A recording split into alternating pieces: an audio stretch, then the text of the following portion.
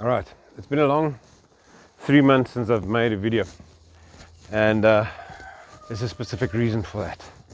And 3 months is the whole summer. Today is the 1st of March 2021, and I've taken these radishes out here at the back of me, and they had root knot nematodes in it. And then these green peppers here have been in for 3 months, and that's the size of them. And these eggplants have been in for 3 months, and that's what was left of them. All of these tomatoes died, and these green patches are marigolds coming through. There's been marigolds planted here as well. Got a brilliant idea with these spring onions, and I will still tell you about it. And these nets I've started putting in everywhere, on all my beds, and it's actually working quite well. The big knock I took in December, besides the root knots and nematodes and the heat, which I now with these help of these homemade shade cloths, miniature tunnels, and marigolds. Besides those two challenges, I had crop dusting, and the crop dusting wiped out all my vegetables, except for my fennel, my garlic, onions, and my cow lima beans. And I first noticed it on my tomatoes, and the tomato plants were dying one after the other, and it wasn't the heat, and it wasn't the root knot nematodes. It's come down to 2 weeks ago. I was on my knees in my garden, pulling out underdeveloped cauliflowers and broccoli and so forth, and God made a promise. Well, not promise, He called me to do something. And that white bin there has been standing there for 2 weeks. Monday 2 weeks ago, today 2 weeks ago, and I was sitting there on my knees pulling out these plants, and I was like, this is not it. This is not what you called me to do. How can I do what I need to do if all my plants are dying? And I went to go speak to my wife about it, and she said to me, just take 2 weeks off. Just let everything be.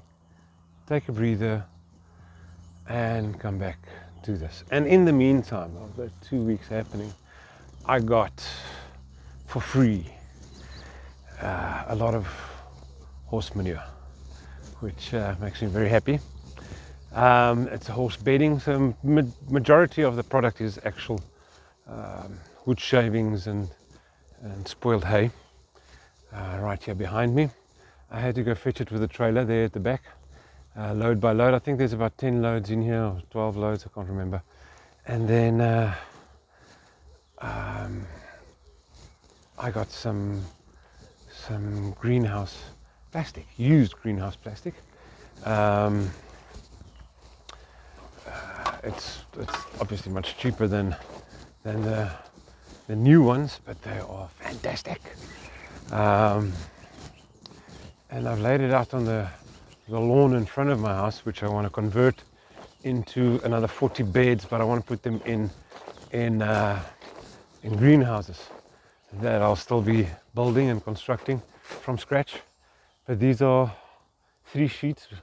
I'm standing on one, and then there's a second one over there going down all the way to the swimming pool, and then a third one there at the back. And they're about 150 square meters each. So I'm very happy. It's going to be very handy, and I need to get some more though. Don't have enough. And besides getting these 2 amazing gifts for the plan forward, I had a brief discussion with the farmer that did the crop dusting, and he informed me that unfortunately the aeroplane and his pilot has moved to Cape Town, which is 2,000 kilometers away from here, and I was visibly very happy about that. And then the farmer told me that he went down to Malalan, which is about 80 kilometers from here, where there's another crop dusting plane, and he went and go speak to the pilot there. Unfortunately, that pilot is too busy. He can't come and spray this side as well.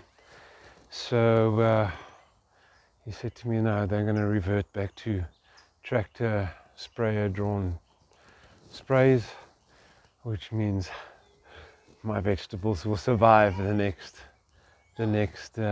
summer. So I'm very excited to share what we'll be doing, what myself and my sons will be doing over the next couple of months to put a total of about, I'm aiming for about 80 beds,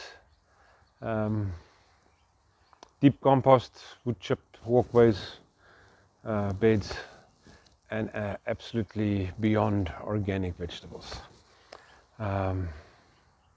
Looking forward to this autumn that we're going into now.